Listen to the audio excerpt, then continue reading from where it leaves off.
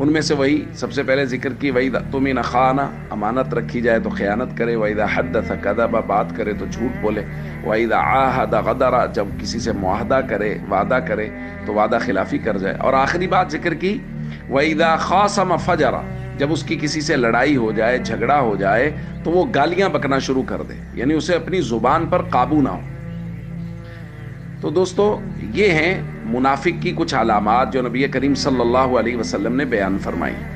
ان کی تفصیلات اپنی اپنی جگہ پہ آئے گی۔ یہاں ایک بات ضرور ذہن نشین کر لینی چاہیے کہ یہ روایت اور اس طرح کی جتنی بھی روایات ہوں گی، ان روایات کو سننے کہنے کا مقصد یہ ہے کہ ہم اس روایت کو سب سے پہلے اپنے اوپر دیکھیں کہ میں اس روایت کی روشنی میں کہاں کھڑا ہوں، بجائے اس کے کہ میں اس روایت کو لے کے لوگوں پر فتوے بازی شروع کر دوں کہ فلاں منافق ہے اس لیے کہ وہ جھوٹ بولتا ہے، فلاں منافق ہے اس لیے کہ وہ وعدہ خلافی کرتا ہے، فلاں